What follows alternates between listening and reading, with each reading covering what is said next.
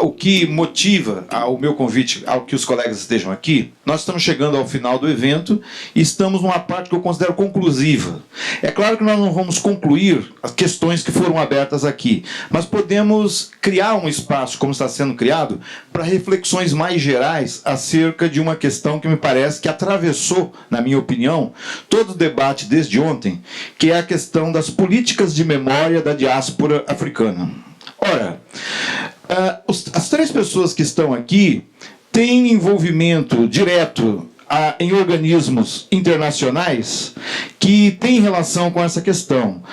Tanto o professor Milton quanto o professor Rafael têm vinculação com a Unesco e o professor Malik Khan atua na ONU. Então, nesse momento, me parece que não se trata mais de reflexões sobre pontos que foram apresentados aqui, mas uma reflexão geral de encerramento da atividade. Eu propus, então, a eles três que tivessem um tempo de exposição de cerca de 10 a 15 minutos para tecer as considerações que eles julgarem pertinentes no sentido de questões que apareceram aqui para o debate. E no caso do professor Malik Khan, que fará a exposição em francês, então eu me propus e pedi a ajuda do professor Milton de anotar as questões gerais que ele vai expor o mesmo tempo que os demais, e nós não vamos fazer uma tradução consecutiva, mas nós vamos anotar os pontos principais da exposição que ele fizer e vamos apresentar para o público resumidamente as questões que ele levantou. Tá? Vou pedir que não falem Olof, porque Olof não dá, para mim não dá, nem, não sei se você se viu, eu não me viro mal em francês que dá em Olof, então. Eu tinha proposto a eles, e iria dizer ao público, que não tivéssemos mais aberturas para o público posterior, porque seria uma fala conclusiva. Entretanto, eu me lembrei, e essas coisas de evento, né, agora nós estamos chegando no encerramento, parece um funil, as coisas vão se afunilando e não pode haver erros. E eu me lembro que na hora do almoço eu não abri para o debate a exposição do professor Milton. Então eu não posso fechar agora o debate, porque podem ter ficado questões pendentes a respeito, para o público, a respeito do Valongo. Então eu vou pedir o seguinte, que após a exposição dos três, eu vou abrir para o público, mas pedir que eventuais manifestações, se houver ou questões, fossem mais diretamente ligadas à questão do Valongo, que ficou pendente. Se alguém tiver uma questão tão premente que acha que tenha que falar, eu vou abrir para uma rodada final. E aí, se tiver alguma manifestação mais que as pessoas da mesa queiram fazer, poderão fazê-lo com brevidade, no sentido de que, na verdade, eu tinha previsto o evento com tempos de descanso. E nós estamos, eu sei que cansados, porque foi o tempo inteiro, e acho que tinha que ser, porque foram questões densas que apareceram aqui, tá bem? Então, a ordem de exposição que eu proponho seja que fale primeiro o professor Malik Khan, depois o professor Rafael Sanzio e por fim, o professor Milton Guran. Está bem? Então, agradeço a vocês mais uma vez e vou passar então a palavra a Monsieur Malik Khan. Obrigado, professeur Revaer. Je suis en train d'apprendre le portugais. Merci beaucoup.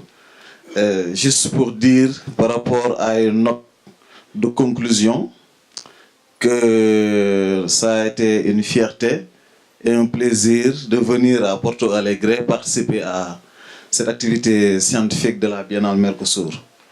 Donc, encore une fois, je vous remercie pour la coordination et l'excellent travail que vous avez abattu avec le président Gilberto Schwartz, le docteur, et toute l'équipe qui a travaillé autour de ce colloque. Sur les principales notes de conclusion, j'ai réussi à ajouter que le thème déjà, sur l'opportunité du thème d'avoir à la Biennale du Mercosur un débat sur les lieux de mémoire dans le triangle atlantique.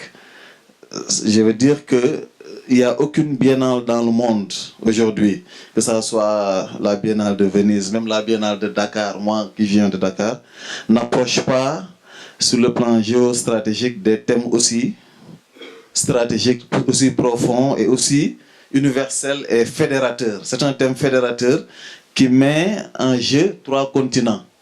L'Europe, l'Amérique, les Amériques, je veux dire, et l'Afrique. Donc ça, c'est un point très important qui pourrait être utilisé pour aussi engager les autres parties des autres continents, que ce soit en Afrique, que ce soit en Europe, dans les Amériques, l'Amérique du Nord, anglo-saxonne, que ce soit les États-Unis, le Canada et l'Amérique latine. Donc sur le thème toujours, moi j'ai eu à parler, comme vous le savez, sur un concept que je suis en train de développer aux États-Unis, qui s'appelle la transatlanticité afrogénique, d'African Burial Ground à New York, au mémorial de Gorée. Sur la question African Burial Ground que vous avez découvert hier, au projet de construction d'un mémorial de Gorée pour l'Afrique, mais basé au Sénégal. J'ai vu qu'il y a eu un intérêt particulier par rapport à cette question et que dans les débats, il y a eu aussi des interpellations en profondeur. Mais ce qu'on peut retenir de manière générale, c'est que la question de l'esclavage, de la traite transatlantique de manière générale, est une question multidimensionnelle. C'est une question transversale. On peut l'approcher sur le plan pluridisciplinaire, je veux dire. Vous voyez que donc, aujourd'hui, si la question du triangle atlantique se repose, ce serait beaucoup plus intéressant si on peut faire le reverse triangle, c'est-à-dire ce qu'on appelle le reverse, le tour contraire pour revenir vers l'Afrique. C'est pourquoi nous travaillons beaucoup sur la porte du retour vers l'Afrique. Il y a eu des initiatives dans ce sens, comme Milton a travaillé dans les années 90 pour le retour au Bénin. Il y a eu des mouvements depuis Libéria où des esclaves afro-américains sont revenus en Afrique. Il y a eu aussi au Nigeria, le quartier brésilien, etc. Au Sénégal, il y a eu des prémices un peu comme des Haïtiens, des Antillais qui sont revenus au Sénégal. Donc c'est une question qui, sur le plan diplomatique, intéresse le Sénégal, intéresse l'Afrique, jusqu'à ce que l'Union africaine elle-même en fasse la 6e région du continent. La diaspora afrodescendante est la 6e région du continent, on en a parlé même hier. Voilà. Maintenant, sur le plan politique, parce que ce qui nous intéresse ici, ce sont les politiques culturelles elles-mêmes. Les politiques culturelles, mais surtout les politiques mémorielles. C'est-à-dire en termes de mémoire, quels sont les dispositifs qu'il faudrait mettre en place pour que l'histoire ne soit pas oubliée, pour que les populations de manière générale puissent prendre conscience de l'importance et du symbolisme des faits historiques qui les définissent. Parce que ce sont les faits historiques qui nous définissent.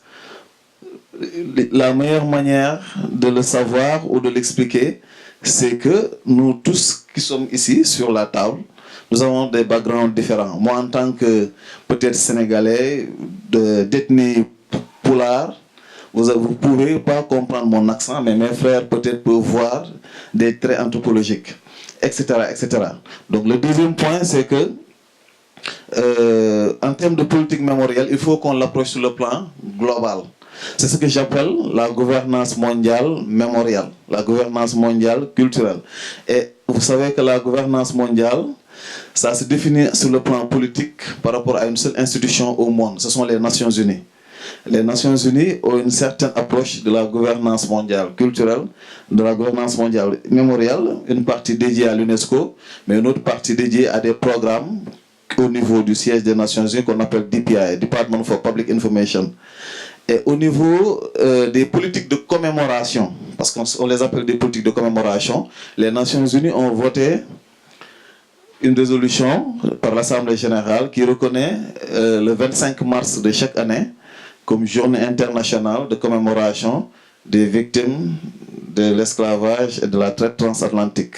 C'est célébré partout, même si il y a des pays qui ont reconnu d'autres dates, mais ça a été important pour les Nations Unies de prendre cette date comme date phare pour la commémoration internationale des victimes de l'esclavage.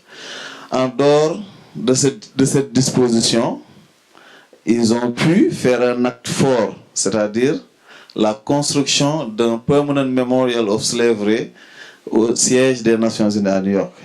Pour la première fois au siège des Nations Unies, on a vu un mémorial dédié à la commémoration de l'esclavage. Ça s'appelle l'Arche du Retour, the Ark of Return.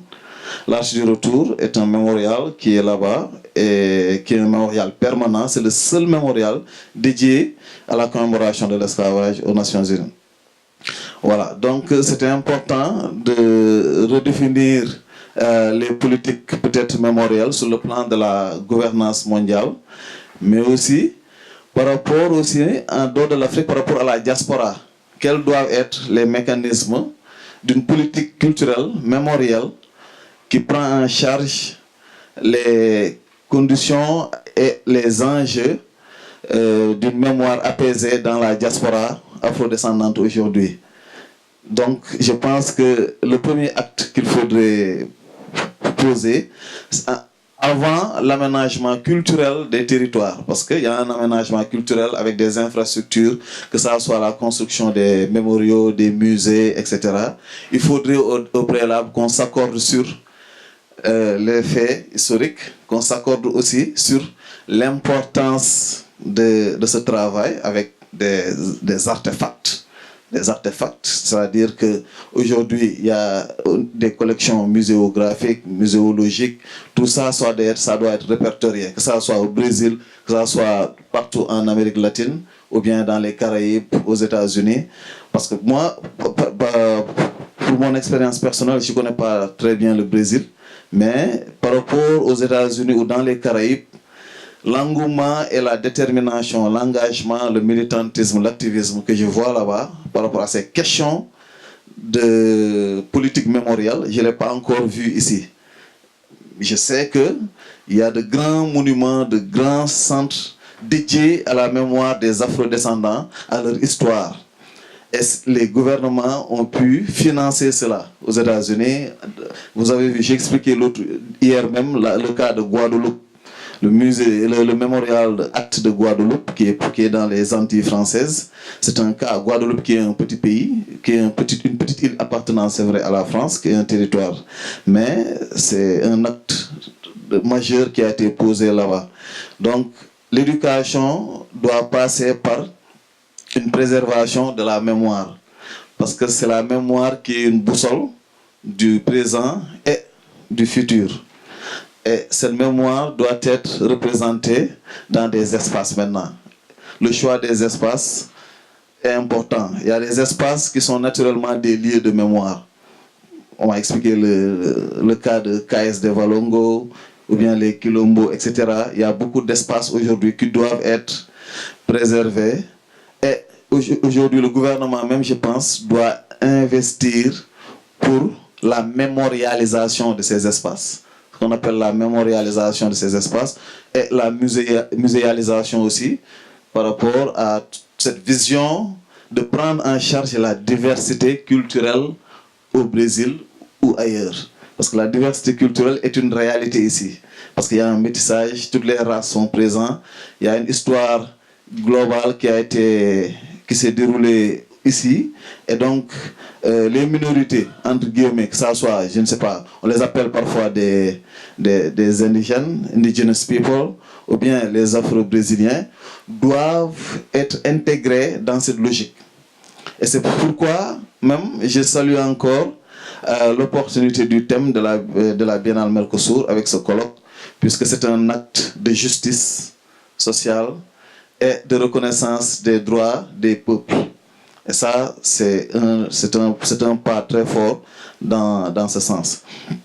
Donc, l'un des derniers points peut-être que j'ajouterai, c'est le cas d'African Burial Ground. Il faudrait qu'on travaille en synergie et en échange. Vous avez vu hier qu'African Burial Ground est un cas particulier avec ce cimetière à New York, qui a été découvert en 1991, qui a été fermé en 1790, 2 siècles après ça a été découvert. Et le travail de mémorialisation n'a été possible qu'avec le concours de plusieurs forces. Il y a les forces sociales, militantes, il y a aussi les universités. Les universités ont joué un rôle, les think tanks, c'est-à-dire les laboratoires d'idées, qui influencent même les décisions gouvernementales.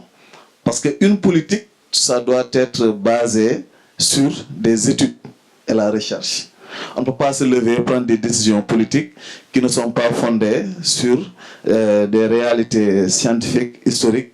Ça va mener peut-être au désordre. Donc il faudrait carrément que les universités, les centres de recherche, les activistes, les artistes, la société civile de manière générale s'engagent pour que cette mémoire soit revivifiée.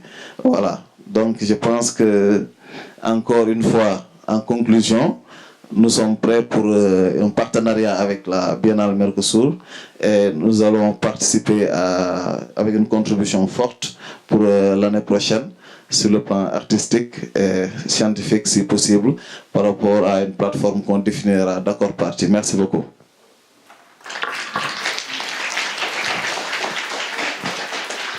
Bem, eu vou então procurar fazer uma síntese, mais do início eu vou pedir já o socorro do Milton durante a exposição. Até um certo momento eu anotei, depois eu me perdi no caminho. O Monsieur Kahn começou fazendo os agradecimentos e mostrando a satisfação dele, o prazer de estar aqui. Nos disse que ele ficou muito impressionado com o escopo dessa Bienal, que para ele realmente é talvez a única Bienal internacional que ele de fato percebe, pelo envolvimento continental que está colocado aqui, né, dos três continentes aqui colocados. Ele fala de quão é importante para ele o conceito de transatlanticidade afrogênica, que ele tratou aqui ontem, e voltado para a questão do Memorial da Goreia. Identifica o quanto que tem realmente de uma questão transversal, multidimensional e pluridisciplinar nas problemáticas que envolvem os debates que foram travados aqui. E acho muito importante que se possa também pensar o sentido reverso do triângulo, quer dizer, pensar a questão da volta para a África e dar seguimento na sua reflexão sobre quais as políticas culturais, né, quais as dimensões de política cultural e política memorial que se poderia fazer em torno disso. A partir daqui eu peço socorro do professor Milton Guran que continue a síntese da exposição do Malik. Bom, nessa questão da política memorial global, o Malik pontuou, não exaustivamente, algumas questões. Uma coisa que ele falou é da importância de termos datas comemorativas. Então, hoje, a ONU instituiu, né, a data de 25 de março como uma data de lembrança das vítimas da escravidão. E aí ele lembrou uma coisa que eu esqueci de falar, mas ainda bem que ele lembrou, que na ONU se construiu, na sede da ONU, um arco do retorno, né? Então tem a porta do não retorno, tem o arco do retorno. Foi feito um grande concurso internacional para isso, e esse arco do retorno, que simboliza a abolição total e definitiva da escravatura, né, e do tráfico de pessoas, todas, isso tem uma força muito grande e uma força muito grande. Ele fala que a diáspora também ela tem que ser trabalhada, convertida em uma política cultural de memorial, sem se remeter ao que aconteceu, não tem condição de fortalecer uma unidade de todas as pessoas em torno do tema e garantir, assim, o combate ao preconceito e uma série de coisas. Aí ele listou algumas coisas que ele acha que são fundamentais, e ele tem razão, todos nós achamos também. E a primeira coisa é que é preciso prestar atenção ao território. Quer dizer, e esse território, com lugares de memória, ele tem que ser objeto de cuidado dos governos, né? Ele usou o termo aménagement de territoire. Quer dizer, o aménagement é no sentido de cuidar, mas também de dar condição de ser desfrutado, de ser protegido, de ser embelezado. Falou também nas coleções museológicas, na importância de se fazer inventário de todas essas essas coleções. E ele chamou atenção para o fato de que se nós, as pessoas engajadas nessa questão, não nos engajarmos na luta por exigir dos governos providências nesse sentido, não vai acontecer. Uma das coisas que ele ficou impressionado, e Porto Alegre é a primeira cidade brasileira que ele conhece, é que ele não viu aqui no Brasil até hoje, quer dizer, não pela visita dele, mas por tudo que ele conhece, o nível de engajamento e de combatividade que ele tem lá nos Estados Unidos. Realmente o filme que ele mostrou aqui do African Burial Ground enche a gente de vergonha, né? Perdemos de 7-1. Bom, isso aí foi uma parenthèse. Je dis qu'on a honte de notre activisme politique quand on se voit devant l'activisme politique pour les African Burial Ground. Donc, j'étais obligé de mettre en parenthèse. Bom, e ele deu, entre outros exemplos, quer dizer, ele não falou, mas poderia ter falado no Smithsonian Afro-American Museum of History and Culture, e deu um exemplo também do Museu Arte de Guadalupe, que é uma coisa assim monumental, né? Ganhou o prêmio da Comunidade Europeia, parce que le Arte de Guadeloupe a gagné un prix Musée de la Communauté Européenne. C'est vrai ça, não? Oui. Não. Bom, ele diz que não, mas Então, isso é na memória. Act. Então, nessa, ele fala que a preservação da memória é uma bússola para o futuro. Então, se a gente não preservar a memória, a gente não vai saber para onde ir, que é importante o levantamento dos lugares de memória e criar um fluxo de memorialização desses lugares. Não é? E ele diz que o Brasil é um país muito rico nesse sentido, porque o Brasil é uma síntese, uma síntese do que é a interação de diversas culturas, e que nós podíamos aproveitar isso melhor, e cita o exemplo da 11ª Bienal do Mercosul como uma ação extremamente positiva nesse sentido, como o Rivair já notou, já falou, ele chamou atenção para o fato de que a Bienal de Veneza nunca tratou esse tema, a Bienal de Dakar também não, então ele fica muito feliz de que isso seja tratado aqui. E aí, finalmente, ele diz como propostas que ele gostaria de ver implementado, ele gostaria de fazer um intercâmbio do Brasil com o African Burial Ground, não é? Criar uma sinergia, mas chamando atenção que essa sinergia só poderá ser construída através de uma soma da força dos militantes e ativistas com a academia e a representação política. E chama atenção para que toda política deve ser fundamentada em estudos e pesquisas. E, por fim, ele diz que está pronto e disposto para trabalhar em prol dessa aliança com a Bienal do Mercosul. C'est ça, não? Tá bom? Merci. Passo agora a palavra ao professor Rafael Sanzio. Muito obrigado. Bem, vamos lá. Antes de colocar um pouco o que está ocorrendo aqui, eu queria saber se a organização desse evento conta com essa plateia para as suas ações. Se sim, levanta a mão só para a gente ter uma ideia.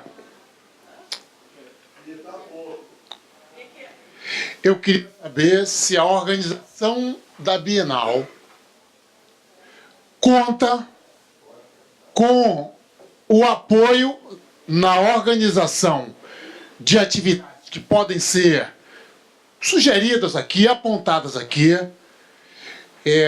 Para a gente não estar falando sem horizonte, é bom a gente falar com horizonte. Se o meu presidente ali e meu caro professor precisar de um apoio para ajudar na organização de atividades, ele conta com alguém dessa plateia? Ok. Isso. Melhor.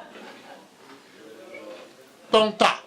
A segunda direção é: senhor presidente e meu caro professor, a Bienal dá espaço para eventos paralelos? Ótimo, muito bom. Então vamos falar deles. Eu vou pegar isso, não vou resumir nada do que eu fiz. Quem viu, viu. Quem não viu, não viu. Os compêndios estão aí. A gente... Outra parada, vou aproveitar isso aqui para falar... fortalecer o evento, que é uma oportunidade, nesse momento histórico do Brasil, ímpar. Ímpar. Ou pegamos o bonde que já está um pouco andando, ou ficamos sem direção. E aí a primeira coisa é a arte afro-brasileira, africana, é um chamado, certo?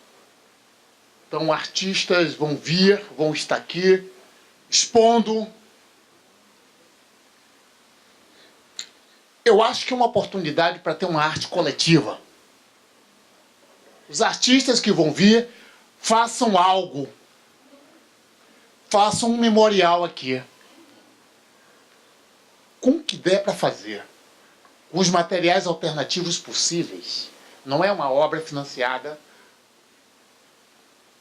Uma obra artística possível em um espaço simbólico, e esses artistas se encontrarem pela primeira vez, que pode talvez apontar algumas coisas. Então essa é uma primeira direção para isso. Isso significa o quê? Organização. Uma segunda direção tem a ver com a educação. Eu acho que não sabemos mais se a educação afro-brasileira, africana, história, geografia, etc. e tal, vão continuar nas escolas. Essa é a dúvida. Então, o trabalho do educador isolado e dos estudantes é o que vai manter. Entrou, falei isso aqui hoje. Abriu a porta, a professora entrou, o professor entrou, a estudantada está presente. Vamos estudar o Atlas da África. A África é o último dos continentes. Vamos mudar o sumário? Em vez de começar pela Europa, vamos começar pela África. Esse tipo de ação pode ter um evento paralelo para dizer como é que está a África no ensino. Sabemos que ela está problemática, mas vamos pegar o professorado público, privado, convidar, passar um dia aqui junto. Que soluções podemos dar para alterar essa paradeira e essa exclusão? Tem uma paradeira e tem uma exclusão. A lei que parecia garantida não está tão garantida. A comodidade de não deixar acontecer também está colocada. Então, eu vi hoje aqui uma disponibilidade, vários educadores. Estão aqui ainda alguns. Se forem convidados, eles podem vir. Acho que é uma oportunidade ímpar. E quem sabe fazer arte também. Mas, sobretudo, se encontrarem para discutir educação africana e afro-brasileira. Um dia. Tudo isso um dia, não mais que isso. Um evento paralelo. A gente está fazendo em Brasília um negócio que eu ia falar aqui, o terceiro ponto. O mapeamento dos terreiros. O Distrito Federal tem 25 anos que estava atrás disso. Agora que está acontecendo. Salvador fez isso. Eu era estudante de graduação. Trabalhei na Prefeitura de Salvador mapeando os terreiros. Depois disso, foi que veio o tombamento de Casa Branca, a criação do Parque São Bartolomeu, o tombamento do Axel Porfojá. Primeira coisa foi cartografia básica. Os terreiros estão dentro dos espaços, dos territórios discriminados, vulneráveis. e de intolerância, um dos maiores. Olha o vídeo que foi mostrado há pouco. Uma parte do vídeo é receio, é medo, é necessidade de manter a tradição, porque tem um medo de fundo, tem um receio que isso não continue. Então eu acho também que o Brasil precisa, o Brasil africano, religioso, de um encontro, quem sabe, o mapeamento dos terreiros. Tem algumas experiências no Pará, em Minas, Bahia, DF agora. Porque isso pode agregar algo que precisa, porque a intolerância está muito crescente. Então, é algo a pensar pelo momento histórico. Tudo isso é pelo momento histórico. Educação, religiosidade,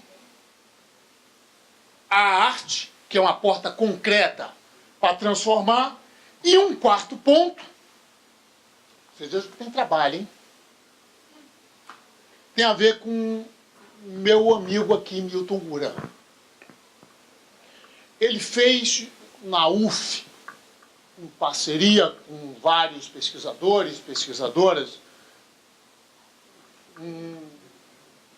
um documento de 100 lugares de memória no Brasil. O ano passado, antes do Valongo, já estava a ideia. Eu sugeri a ele a gente mapear, fazer um atlas desses 100 lugares. Atualmente eles estão listados, português e inglês. Qual é a ideia?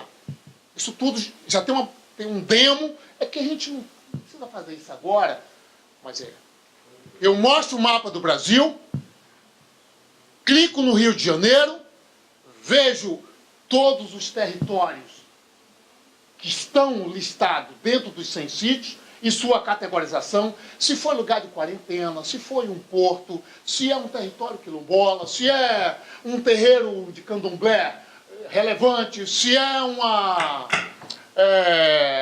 enfim, tem uma categorização. Espaço, enfim, isso. Tem várias categorias. O que é que nós fizemos? Espacializamos isso, já. Pegamos o SIGA, fizemos, entregamos a ele, para que ele fosse, quando fosse a ONU, botasse um zoom no Rio, para valorizar o Valongo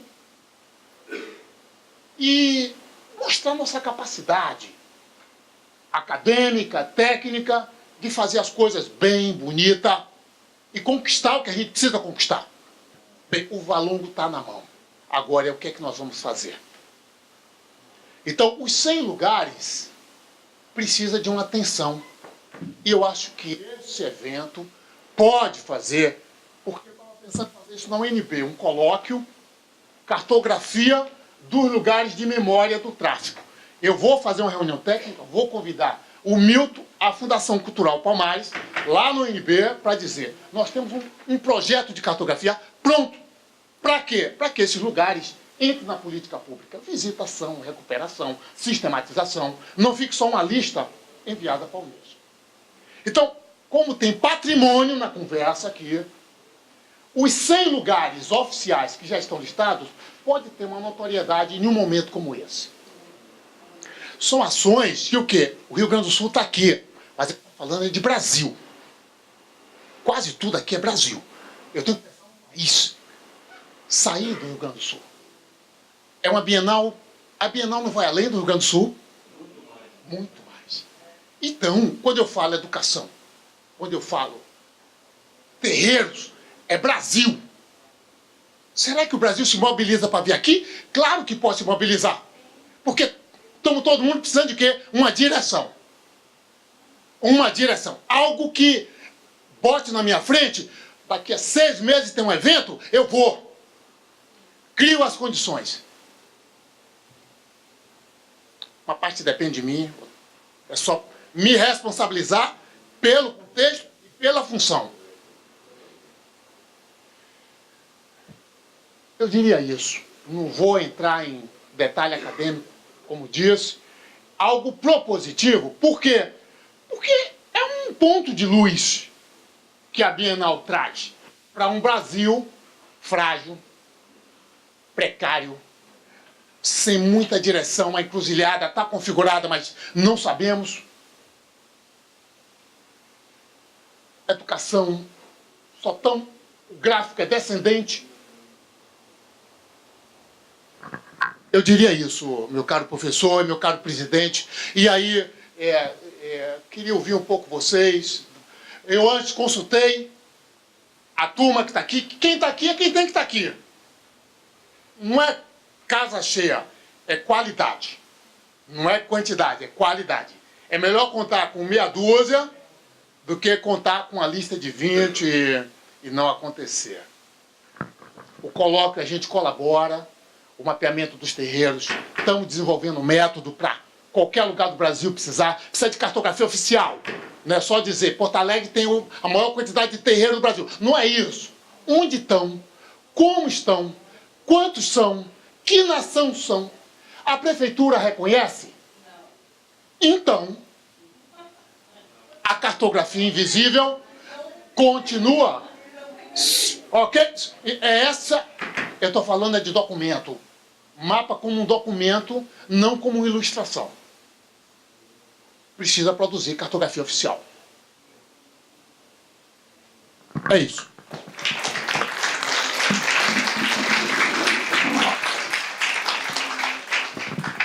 E agora, para nos falar a partir dele próprio, né? Não mais resumindo, Malik, Monsieur eu estou aqui olhando a nós mesmos, né? E a primeira coisa que me ocorreu, ouvindo o Rafael, porque isso aqui são os 10 dias que abalaram o mundo a serviço da negritude, né? O nosso amigo Malik, e eu estou lembrando aqui da raposa dizendo para o Pequeno Príncipe, ou do Pequeno Príncipe dizendo para a raposa, porque graças a Deus eu já esqueci quase tudo disso, mas lembro desse negócio. És eternamente responsável por aquilo que cativas. Então eu quero dizer à Bienal do Mercosul que ela tem uma encrenca pela frente, porque a negritude não vai largar o pé disso aí. Vocês estão vendo que não para de vir sugestão e assim por diante. Eu queria sublinhar, dizer que eu concordo com tudo isso que está aí, eu acho que todos nós concordamos, né? São propostas lúcidas, objetivas, factíveis, mas eu queria destacar, dentre isso tudo que está aí, uma coisa que eu esqueci, pelo menos, de frisar. Nós estamos na década do afrodescendente da ONU, que é de 2015 a 2024. Então nós estaremos bem dentro. Então nós teremos que fazer um link qualquer, um diálogo e inserir a Bienal do Mercosul nessa dinâmica e nessa sinergia. Não é? Certo? Depois é o seguinte, eu acho que seria interessante que o projeto Rota do Escravo da Unesco se associasse de alguma maneira à 11ª Bienal. E eu acabo de me tocar disso, foi a raposa que soprou no meu ouvido, quando o Rafael falou, o Malik falou que nem Veneza, nem Dakar, ele nem chegou lá na documenta de Cassel, essas coisas, porque de lá mesmo é que não sai nada disso, né? Que não tem essa ligação. Então, o projeto Rota do Escravo da Unesco, que tem um engajamento grande nesse tipo de proposta de difusão da problemática da diáspora, com certeza poderá se associar de alguma maneira. No mínimo, doutor Gilberto, se vocês mandarem uma carta convidando a presidente do Comitê Científico Internacional e o diretor da Unesco com relação a isso, eles vêm. E vindo, eles engajam o Comitê Científico, que tem quase 30 membros de todos os continentes e é o maior conjunto reunido de formadores de opinião sobre questões da diáspora africana no mundo. Então isso é uma coisa poderosa e que vai dar um replique grande e mais algum diálogo vai ter. Nós devemos ter uma reunião em novembro agora, nos Estados Unidos, e eu vou me organizar com vocês e vou levar um informe sobre a Bienal e ver que tipo de ponte pode ser feito dentro dessa perspectiva da década. Com isso, a gente põe a Bienal com uma cabeça de ponte na ONU, um link ali e outro na Unesco. Bom, eu queria apoiar as coisas que o Rafael disse, eu queria apoiar particularmente um ponto, que é o de que alguma coisa fique na cidade. Seja uma obra de arte, seja uma placa, seja uma denominação de logradouro, tudo isso é complicado. Quando a gente vê de fora, tudo é difícil, ainda mais quando envolve questão de matriz africana. Para mudar o nome de rua aqui deve demorar 10 séculos, tem que conchavar na Câmara, e se bobear até, sabe como é complicado, né? Mas alguma coisa podia ser pensada. Para botar um monumento também. Nós fizemos um monumento à fotografia no Rio e foi foi uma África para conseguir aquilo, né? Quer dizer, tem que passar por várias comissões e tal, mas a gente poderia pensar isso. Alguma coisa que marcasse, porque a Bienal, a 11ª, escolheu esse tema, como disse o Rafael, no momento de descenso, do empoderamento político da matriz africana, mas em compensação, no momento de ascenso, de empoderação dos setores organizados afrodescendentes, sobretudo as mulheres negras. Eu não sei como as mulheres negras estão se organizando no Rio Grande do Sul, mas lá no Rio de Janeiro é o seguinte, elas estão atropelando tudo. Empoderadíssimas. Então, eu acho que as próprias mulheres, eu não vou nem propor, porque eu sei que as próprias mulheres vão encontrar o caminho de expressão e ocupar um espaço político importante, independente da agenda oficial da 11ª Bienal. Quer dizer, dentro da agenda oficial, mas também independente da agenda oficial dessa Bienal. E tinha mais um ponto que era importante que eu queria falar, mas fui falar no empoderamento das mulheres negras, bateu um fluido aqui, eu esqueci o negócio. Bom, mas eu acho que que isso aí já deu uma consistência, né? É importante. E aí eu queria lembrar o seguinte, eu não vou nem falar no poder das Iamins. Não vou falar isso. Mas todos nós sabemos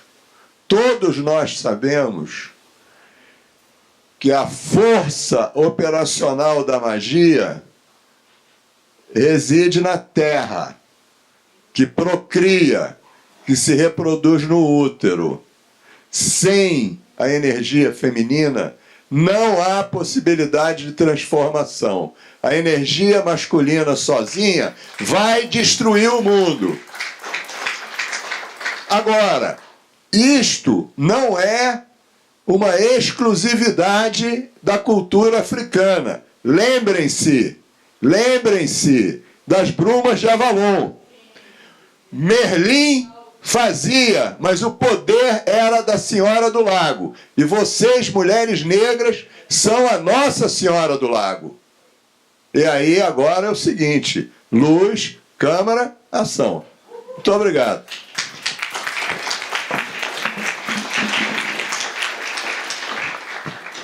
O professor Gilberto pediu a palavra, o Juarez também? Eu só queria, obviamente, agradecer por tudo que aconteceu aqui. Eu imaginava que seria interessante, mas nunca imaginei que nós iríamos discutir com tanta profundidade e com tantas sugestões interessantes, não é? muito do que o Milton falou, nós já conversamos antes, eu e o Malik, dessa ideia de tentar criar essas pontes em órgãos internacionais para que nós realmente tenhamos a oportunidade de deixar coisas perenes, né? Porque uma das razões pelas quais nós resolvemos criar essa série de atividades ao longo do ano até chegar na Bienal é que numa das revisões que eu acidentalmente folhei sobre críticas à Bienal era de que as bienais eram discos voadores que chegavam e saíam e as pessoas não ficavam com nada, não é? Então, nós queremos realmente coisas que fiquem. E nesse sentido, uma das ideias que nós temos já há algum tempo e que agora para mim ficou cristalino é que nós vamos usar os 3 museus do Centro Histórico, o Memorial, o Santander Cultural e o Marx. E vamos incorporar a Praça da Alfândega, que é talvez uma das áreas mais lindas da parte histórica da nossa cidade. Então, nós vamos ter um local físico onde essas coisas vão acontecer. Vai ser o pano de fundo dessa beleza que é trazer pela primeira vez a arte africana bienal. E eu estudei as 10 bienais anteriores e era muito estranho nunca ter arte africana de forma densa nas bienais. Então, essa foi uma correção de rumo e uma justiça, né, histórica. Mas eu quero dizer para os senhores que essa oportunidade de ter a praça vai ser muito interessante nesse sentido do que foi comentado. No centro da praça, nós vamos colocar uma obra que é uma instalação, que é uma metáfora sobre a nossa perda de controle sobre o tempo. É uma obra em que a cada minuto um ser humano muda o tempo, durante os 3 meses da Bienal. Durante todo aquele período, pessoas, seres como nós, vão trocar os minutos de um relógio no centro da Praça da Alfândega, onde vai estar acontecendo a Bienal. Isso é muito interessante. Nós vamos ter na Igreja das Dores uma instalação é uma obra sonora de vários dialetos africanos e indígenas que as pessoas, nos momentos do dia em que não houver a missa, elas vão ter acesso aos vários dialetos. Isso é uma coisa belíssima que vai acontecer na Igreja das Dores, também nesse ambiente do Centro Histórico. Mas eu quero chegar agora no ponto que os senhores mencionaram. Nós resolvemos criar um ambiente do Triângulo do Atlântico na praça, com os 3 vértices do triângulo: África, América e Europa. Europa vai ser um pórtico que nós vamos inventar olhando para o Rio Guaíba, porque eles vieram pelo mar, uma metáfora de água, não é? Europa será o segundo vértice, mas a África, eu acho que agora está claro que vai ter que ser aquela imagem lá da ilha, que foi aquela a última frente quando se sai da África para a diáspora, né? Então, nós vamos usar esse pórtico que vai ser uma homenagem a vocês, certo? E só para concluir, eu queria dizer que eu sou otimista. Pode até parecer ingênuo, mas eu sou otimista. Eu acredito, por exemplo, que aquelas ideias do Darcy Ribeiro dizendo que a nossa experiência antropológica de ser uma mistura. Na realidade, nós somos, do ponto de vista genético, isso nós apresentamos numa das atividades da Bienal com o professor Sérgio Pena, nós brasileiros somos talvez a linha final comum daquela saída do norte da África, dos primeiros humanos que foram percorrer o nosso planeta. A genética do brasileiro é a mais completa, a mais representativa do povo, do ser humano, do Homo sapiens no planeta. Então, eu acho que essas ações, eu acho que isso é irreversível, o que está acontecendo aqui. Não tem como, né, Rivair, a gente não dar continuidade para essa energia que se criou aqui, com essas cabeças pensantes, não é? Nós vamos começar por trazer de novo essas pessoas que estão aqui, ao longo desse processo, não é, da Bienal, porque eu tenho a esperança que o Brasil um dia vai poder mudar essa expectativa tão negativa que nós temos de ser o último país a terminar com a escravidão, um país que não olha para o seu passado, que tem essas circunstâncias históricas tão tristes, né, de ter a presença do negro aqui, do indígena. O indígena é um elemento invisível na nossa cultura, não é? Nós nos lembramos dos indígenas quando somos surpreendidos com palavras, com acidentes geográficos, com algumas comidas que nós comemos, mas fora isso, o indígena foi destruído, não é? Com a chegada do imigrante europeu, essas populações foram dizimadas pelos bugreiros, não é? Então, nós temos muita coisa para contar nessa Bienal. E para contar como uma solução histórica, talvez, para o planeta. Eu acredito nisso, sinceramente. Eu acho que se nós mostrarmos que um dia o Brasil pode ser um pano de fundo para uma convivência entre os diferentes, eu acho que essa é a coisa mais bonita que pode acontecer. Então, obrigado a todos. Eu estou muito honrado com vocês. Eu achei maravilhoso, Rivair. Te agradeço muito por organizar esse seminário tão rico. Agradeço a todos os senhores. E nós da Bienal estamos à disposição para quem quiser nos ajudar. O Rivair tem o contato e ele é o melhor dos diretores, porque ele, eu acho que está criando oportunidades maravilhosas para todos nós da Bienal. Muito obrigado, hein?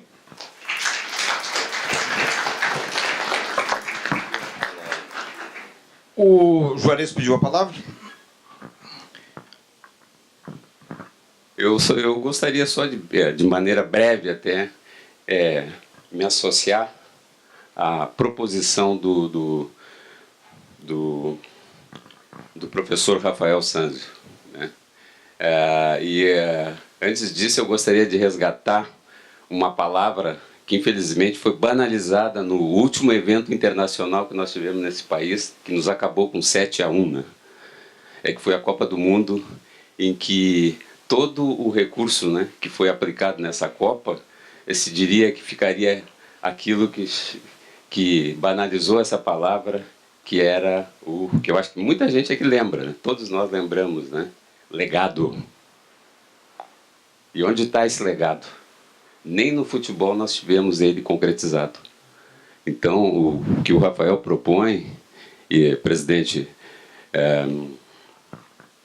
Gilberto, é que a Bienal, né, a partir dessa possibilidade de trabalhar, né, de maneira diversa, deixe para essas 3 referências continentais, né, que vão estar simbolizando esse próximo 11º evento, um legado.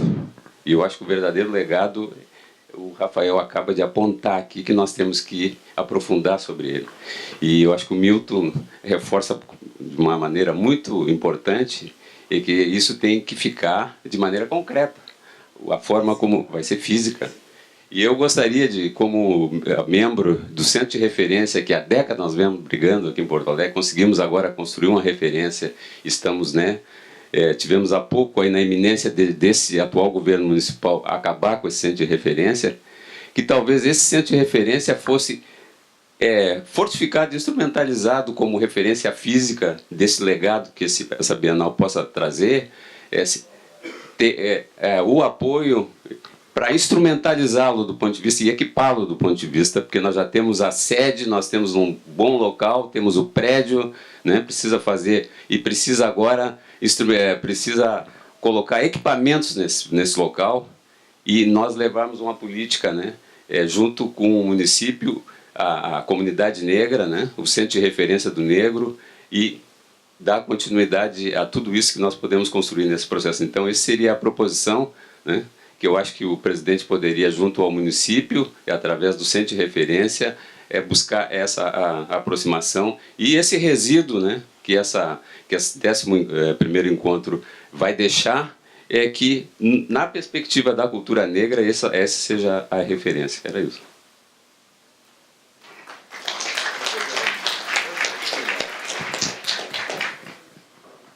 Bem,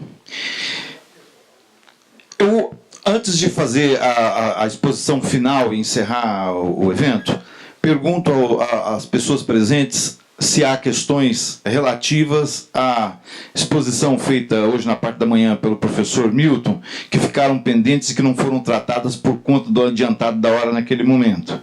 Se houver, há tempo de manifestação.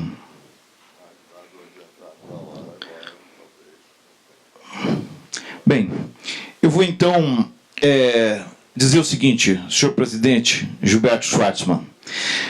Acho que eu procurei cumprir o papel que me foi designado com essa atividade e outras que já realizamos, e fico muito satisfeito com os resultados e, sobretudo, com a sinergia que se criou nesse ambiente. Embora nós tenhamos uma agenda muito comprometida, como o senhor bem sabe, os presentes aqui também, a Bienal nós temos certeza que é uma oportunidade que o senhor e o Alfonso Hugo possibilita para Porto Alegre, para o Brasil e para o mundo. Acho que muitas questões foram apontadas, eu fico muito contente. Teremos a oportunidade de continuar a discutir. Contatos foram estabelecidos com pessoas que foram convidadas, com outras que não foram convidadas formalmente por nós, mas que vieram. Eu quero agradecer muito aos nossos colegas, ao professor Luiz Cláudio Simanski, que deu uma contribuição excelente, aos meus colegas que estão aqui, ao professor Oswaldir, José Carlos dos Anjos, que já não está mais presente, Fábio Kuhn, o professor Francisco Marshall, que na noite de ontem falava a respeito, assim como apareceu aqui hoje, de proposições que podiam resultar da Bienal e que é uma grande interlocução, eu penso, também para essas discussões que foram colocadas aqui. Estamos cansados nesse momento, mas a energia volta com certeza, né? O axé é forte. E gostaria de dizer o seguinte, que a universidade, nesse sentido, espera... Agora falo como professor da URGS e membro do NEAB, parceiro do DEDES, né? Espero que com esse evento a universidade possa ter prestado um apoio inicial, entre outros que poderá prestar à Fundação Bienal do Mercosul, e nesse sentido eu gostaria muito de agradecer a pró-reitora e a pró-reitoria de extensão, e aqui a pessoa da diretora do Departamento de Educação e Desenvolvimento Social, Rita dos Santos Camisolão, que tem um papel extraordinário na universidade. Obrigado, Rita. Agora é o diretor da Bienal que está falando para o ProRest. Tem alguma questão aqui de dupla... exato. Por extensão, no agradecimento à Rita, fica um agradecimento a todos os colegas do DEDES que estão aqui, Guta, não vejo outros, mas que poderão estar por aí, Ramon, que estiveram, participaram, José Antônio, agradeço, que são parceiros muito importantes, e a universidade é nossa, né? Podemos fazer esse tipo de atividade e dar uma contribuição num momento importante como esse. Gostaria também de lembrar dos apoios que a Bienal recebeu, do Santander Cultural, Renner, Pompeia, que são parceiros importantes da Bienal, que de alguma forma tornaram possível que esse evento fosse realizado. Eu vejo como um evento que não está encerrado, ele abriu questões aqui, por isso que também, dado o adiantado da hora, eu não voltei mais, acho que as questões foram colocadas, estão nitidamente colocadas, o senhor tem plena razão nas percepções que o senhor teve. Então, acho que nós vamos continuar, certamente. Agradeço muito e, sobretudo, gostaria de registrar que eu me dediquei bastante a esse evento, tinha uma grande expectativa de que ele pudesse trazer para cá esse público. E, para mim, não me preocupava com a quantidade, mas com a diversidade, que é o que a 11ª Bienal do Mercosul se propõe a fazer, que a ideia do triângulo representa. E essa diversidade esteve aqui com voz, com proposição, com presença, e pessoas importantes estiveram aqui, que o Triângulo do Atlântico procura representar. Então eu achei muito importante nesse sentido, agradeço a todos, e vamos continuar acompanhando e participando tanto quanto possível. O professor Rafael perguntou com quem podia contar as pessoas que se manifestaram. É muito bom saber que podemos contar com esses apoios e vamos continuar. Muito obrigado a todos, muito obrigado a todas. As mulheres negras, a questão que foi colocada foi importante, não foi a primeira vez que isso foi estabelecido. As decisões na montagem de um evento não são fáceis, elas não foram pautadas por esquecimento, e aqui eu pensei em pessoas que podiam, nesse momento, trazer algumas contribuições. Terão outras atividades, certamente lembraremos, de nomes para a Câmara do Livro, na Feira do Livro, nomes de mulheres, de escritoras importantes. Exatamente. E as sugestões foram dadas, vamos esperar o que vem, estaremos abertos para essas contribuições todas. Obrigado a todos e a todas.